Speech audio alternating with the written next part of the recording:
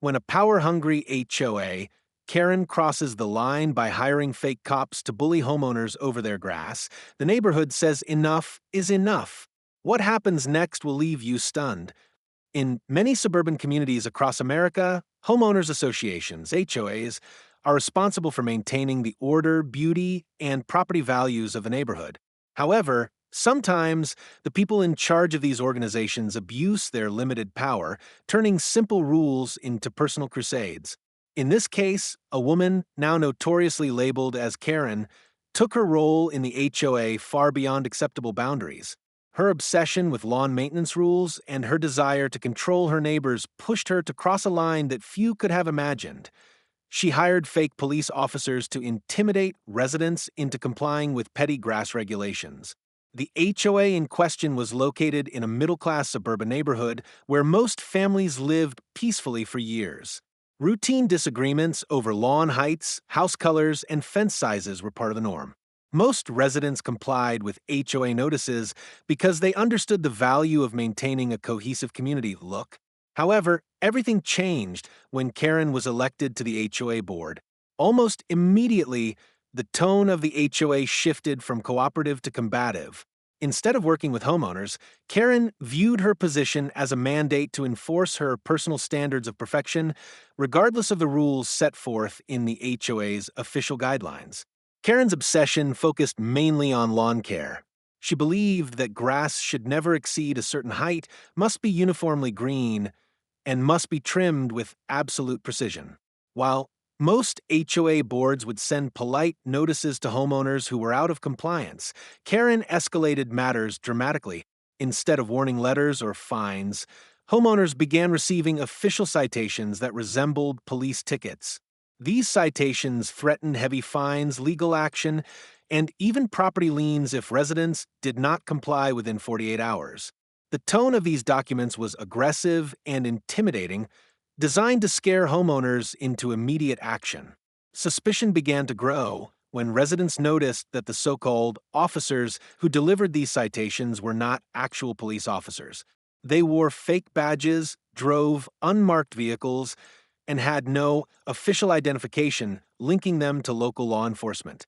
Furthermore, they lacked the legal authority to issue any type of citation. Their uniforms were cheap imitations, more like costumes than official attire. Residents started questioning how and why these individuals were patrolling the neighborhood and issuing demands under the guise of law enforcement. It soon came to light that Karen had hired a private security company and instructed them to pose as law enforcement officers. She justified her actions by claiming that the HOA needed a strong presence to maintain property standards. However, impersonating police officers is a serious crime, and her justification only deepened the outrage among the homeowners. Karen's overreach turned a simple community governance role into a dangerous abuse of authority. Her behavior not only risked legal consequences for herself, but also exposed the entire HOA to potential lawsuits and reputational damage. The situation intensified as more homeowners shared their experiences. Elderly residents were particularly frightened by the fake officers' aggressive tactics. Some homeowners were threatened with lawsuits if they did not immediately hire expensive landscaping services approved by Karen. Others were told that their homes could be seized if they did not comply with the fabricated regulations. Many felt trapped, bullied, and powerless against what seemed like a coordinated attack under the guise of law and order. Karen's rule created a toxic environment within the neighborhood. Fear replaced friendliness. Suspicion replaced trust. Instead of waving to neighbors and chatting across fences, residents kept their heads down and avoided interaction, afraid that any misstep could make them the next target. The atmosphere was no longer that of a peaceful suburb, but of a controlled and fearful society under the thumb of one individual's unchecked authority. The tipping point came when a few vigilant homeowners decided to investigate the so-called officers. They discovered that the private security company Karen had hired was not licensed to operate as law enforcement, nor did it have the proper permits to act on behalf of the HOA in such a manner. This revelation spread quickly, fueling anger and determination among the residents to take action. What started as a few suspicious encounters snowballed into a full-blown community revolt against Karen and her misuse of power. The case serves as a shocking reminder of how easily power can be abused when there are no checks in place, even in seemingly mundane organizations like HOAs. It also highlights the importance of residents staying informed about their rights and the legal limits of HOA authority. Hiring fake cops to enforce personal opinions about grass maintenance was not only unethical, but illegal, setting the stage for an intense battle between the homeowners and the rogue board member who tried to rule through fear. Karen's transformation from a strict HOA board member to a full-fledged authoritarian figure became clear through her extreme actions. Rather than adhering to standard HOA protocols for rule enforcement, she took matters into her own hands by introducing tactics that far exceeded the association's legal authority. Her methods of enforcing bizarre and often non-existent rules exposed the neighborhood to unnecessary fear, legal risk, and harassment. The first sign of Karen's overreach was her obsession with grass height and yard aesthetics. While most HOAs have basic landscaping standards, Karen decided that even minor deviations were unacceptable. She began crafting her own set of regulations, which were never voted on by the HOA board or approved by the community. These included demands such as maintaining a maximum grass height of exactly 2 inches, prohibiting certain types of plants she considered unsightly, and requiring homeowners to water their lawns daily, regardless of local drought restrictions. Instead of issuing typical HOA warning letters or small fines for violations, Karen escalated enforcement by creating her own system of penalties. She designed official-looking notices printed on letterheads that mimicked municipal citations. These documents threatened steep fines ranging from $500 to $2,000 for minor infractions. They also falsely warned homeowners that repeated offenses could lead to legal action, property liens, or foreclosure, actions that an HOA board alone cannot execute without a legitimate and lengthy legal process. Karen's control tactics took an even darker turn when she decided that written threats were not enough. She reached out to a private security firm, known for providing basic patrol services to shopping malls and apartment complexes.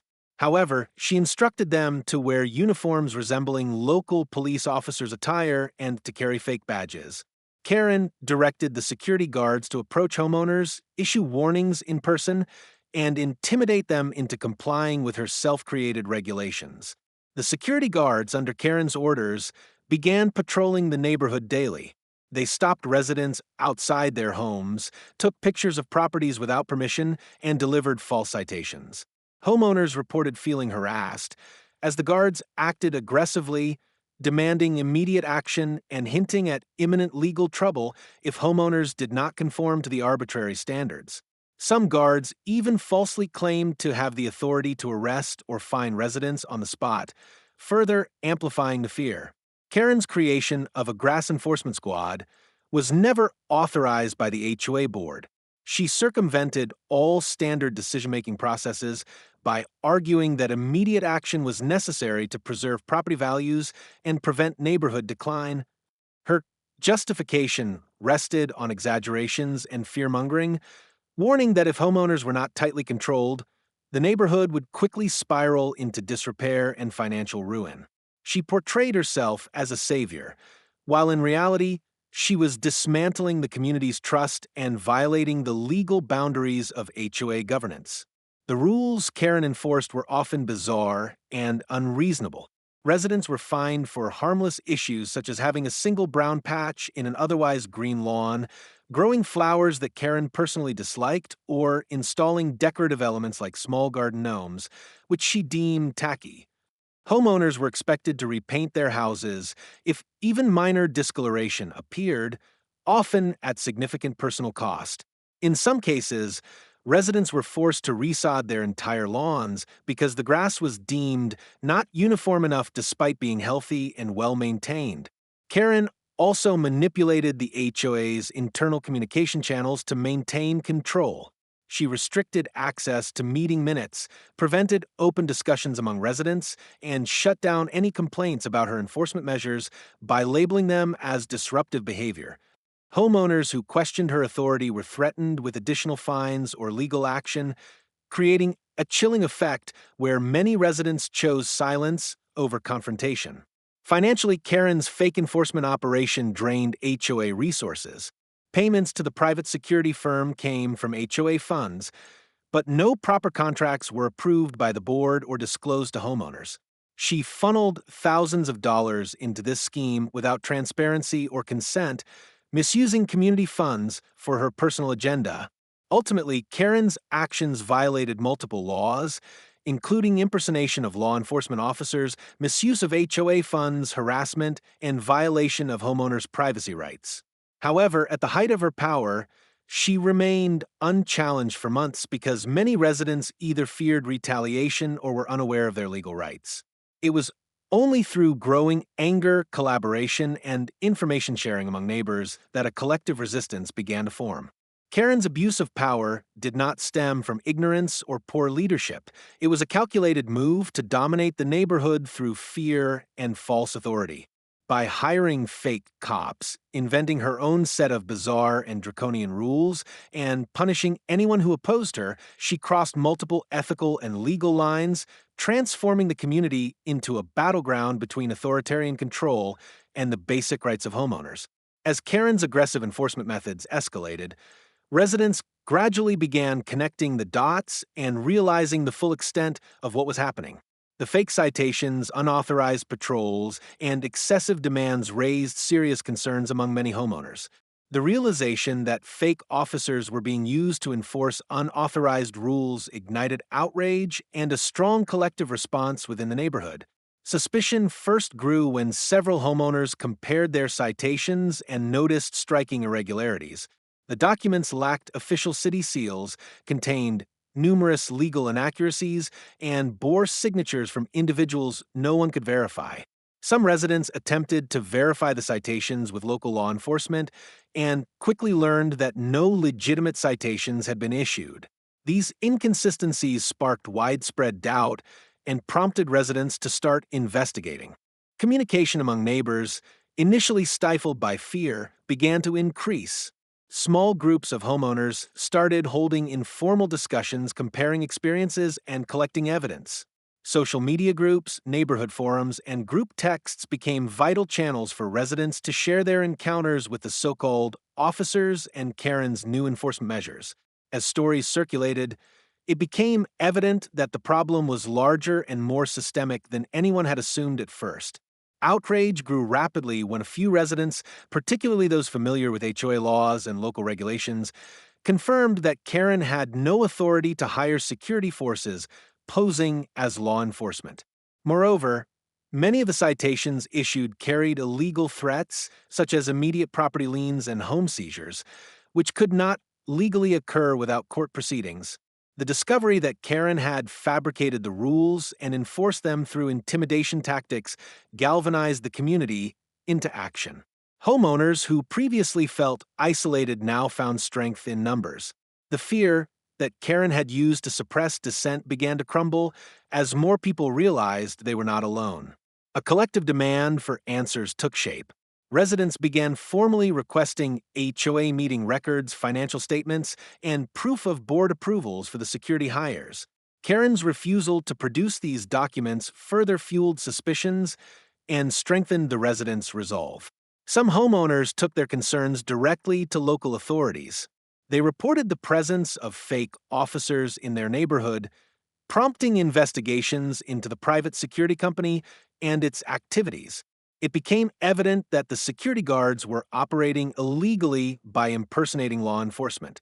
The guards, when questioned, admitted that they had been instructed by the HOA representative, Karen, to present themselves as official enforcers. Legal experts within the community also began stepping up. Several residents who worked in law or had legal contacts started organizing informational meetings to educate others about their rights. They explained how HOA authority was limited by its governing documents and state laws, emphasizing that homeowners could not be fined, threatened, or punished without due process. These sessions empowered more residents to resist Karen's intimidation tactics and encouraged collective legal action. The first formal action against Karen came when a group of homeowners banded together to form an independent review committee. Their goal was to audit the HOA's financial records, investigate Karen's actions, and initiate her removal from the board if necessary. Petitions began circulating to call for an emergency HOA meeting where all residents could vote on leadership changes. Within days, dozens of signatures were collected, far exceeding the minimum threshold required to force the meeting. Media attention soon followed. Local news outlets picked up the story after being tipped off about the fake law enforcement patrols. News coverage amplified public scrutiny and placed additional pressure on Karen and the HOA board. As the story gained traction, residents felt a renewed sense of urgency to reclaim control of their neighborhood. The embarrassment of being featured in the news as a community overrun by HOA abuses only strengthened their commitment to bringing about change. Several residents who had previously complied with Karen's unlawful orders began demanding refunds for fines and expenses they incurred under duress. Others threatened lawsuits against the HOA for harassment, emotional distress, and violations of their property rights. Karen's legal exposure increased by the day, and her remaining supporters on the HOA board started distancing themselves to avoid personal liability.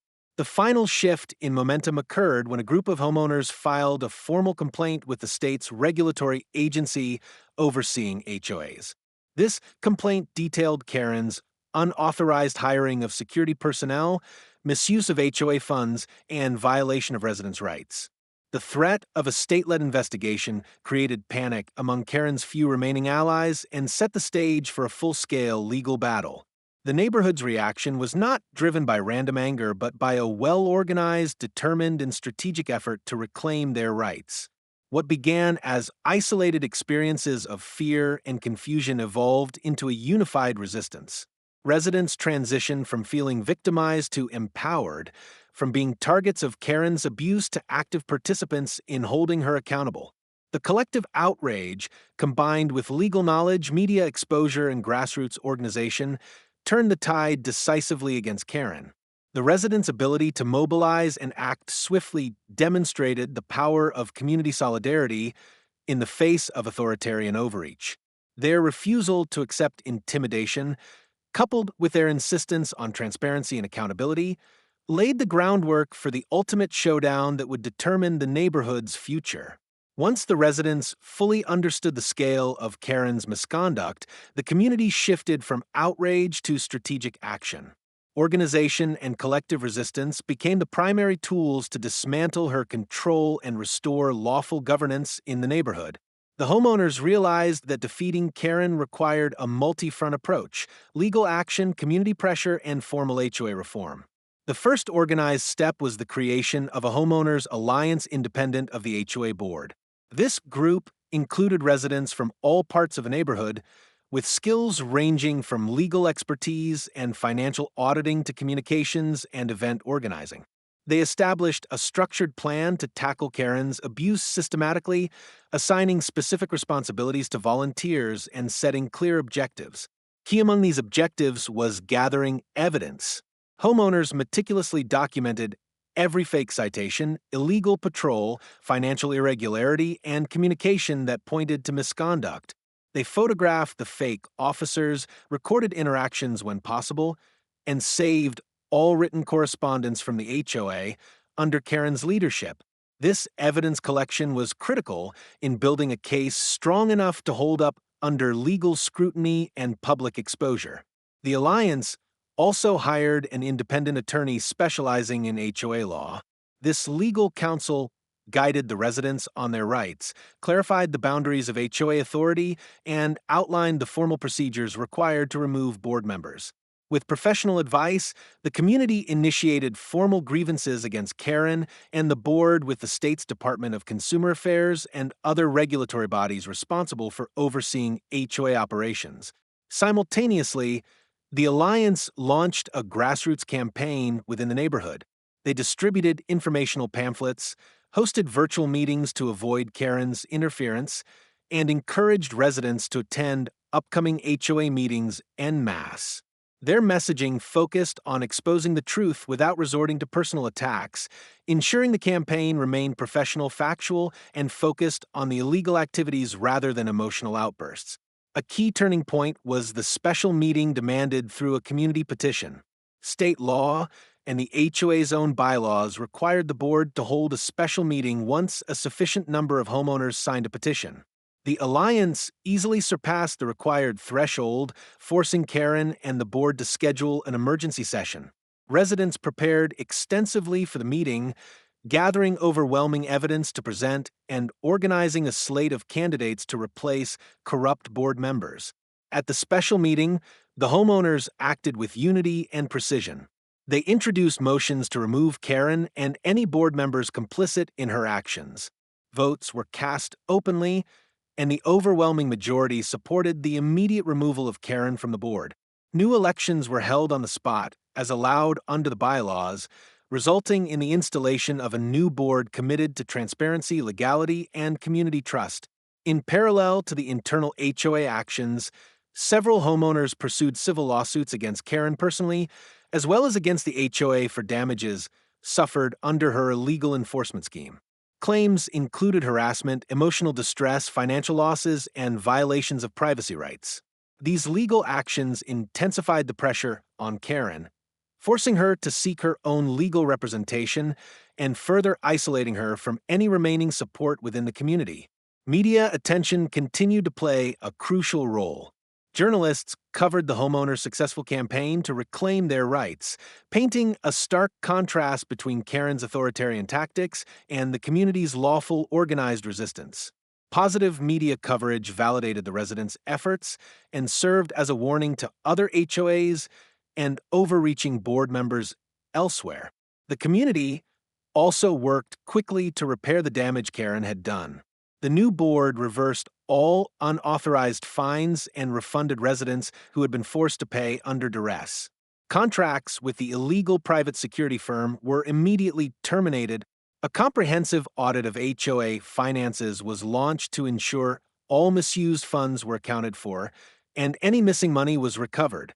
Additionally, the new leadership introduced reforms designed to prevent similar abuses in the future. They revised HOA bylaws to include stricter checks on board powers, mandatory transparency measures, and regular community town halls where homeowners could voice concerns without fear of retaliation. New rules were put in place requiring board approval through formal votes for any hiring decisions, financial expenditures over a set amount, and enforcement actions beyond standard warning notices. Education became a major focus of the rebuilding effort.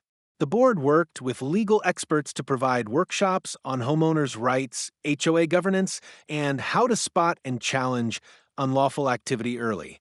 Residents were encouraged to participate more actively in meetings and elections, creating a culture of vigilance and empowerment that contrasted sharply with the passivity Karen had exploited.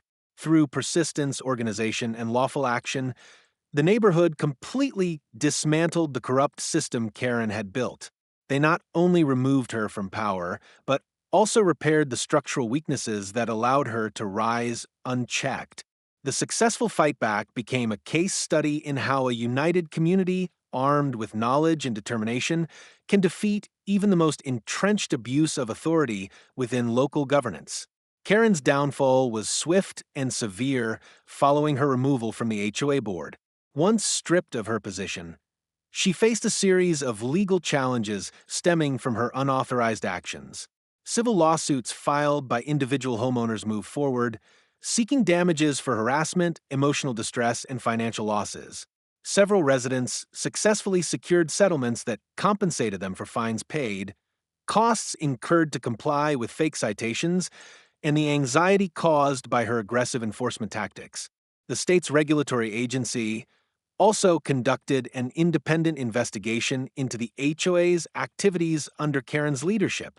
Their findings confirmed multiple violations, including impersonation of law enforcement, misuse of community funds, and failure to follow due process.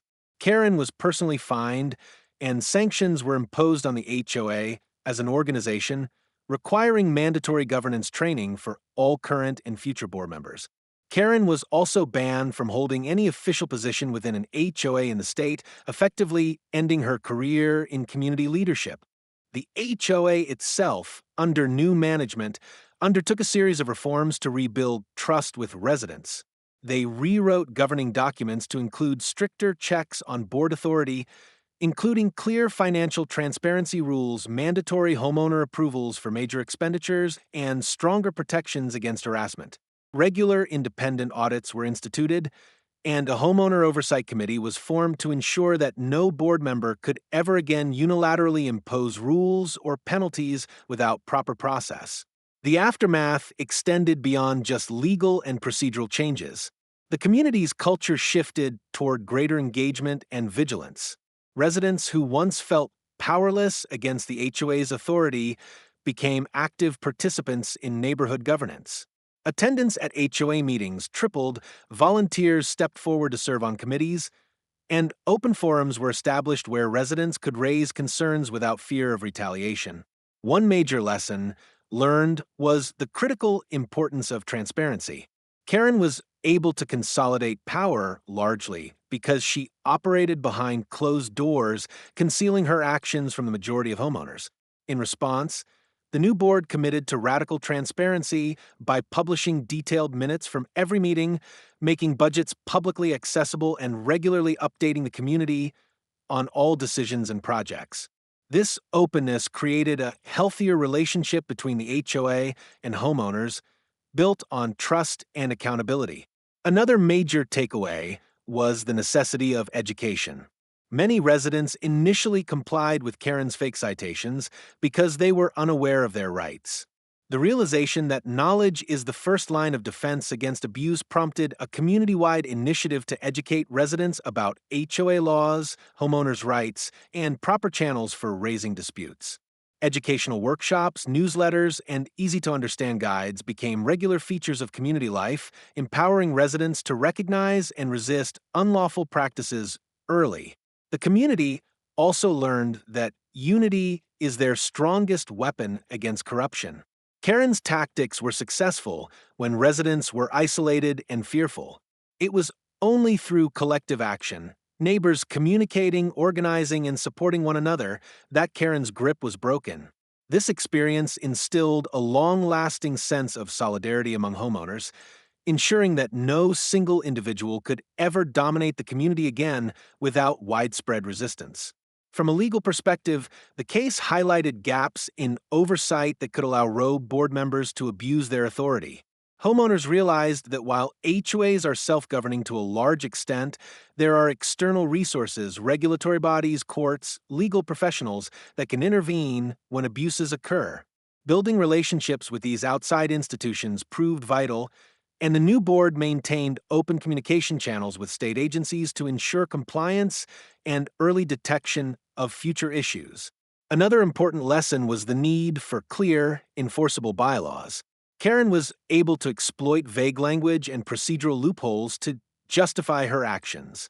The reformed HOA invested significant time and effort into revising their governing documents to eliminate ambiguity, specify penalties for misconduct, and define clear limits on board authority. This proactive legal foundation prevented the possibility of future leaders interpreting rules in bad faith. Karen's personal consequences extended beyond financial penalties and professional bans. Her reputation in the community was permanently damaged. Socially ostracized and facing the financial burden of legal settlements, she eventually sold her home and moved away. Her departure served as a final symbol of the community's victory over authoritarian abuse. For other neighborhoods and HOAs, the story of Karen's rise and fall stands as a powerful cautionary tale. It demonstrates how easily power can be abused in the absence of oversight, how fear and isolation can be weaponized against residents, and how critical it is for homeowners to stay informed, involved, and united. It also proves that even deeply entrenched corruption can be defeated through lawful, organized resistance when a community refuses to remain silent. The aftermath left the neighborhood stronger, wiser, and more resilient than before. Their hard-won victory showed that while bad actors may occasionally rise to power, communities that value transparency, education, and unity will always have the tools necessary to fight back and protect their rights. For more unbelievable true stories that empower and inspire, subscribe now to expect stories.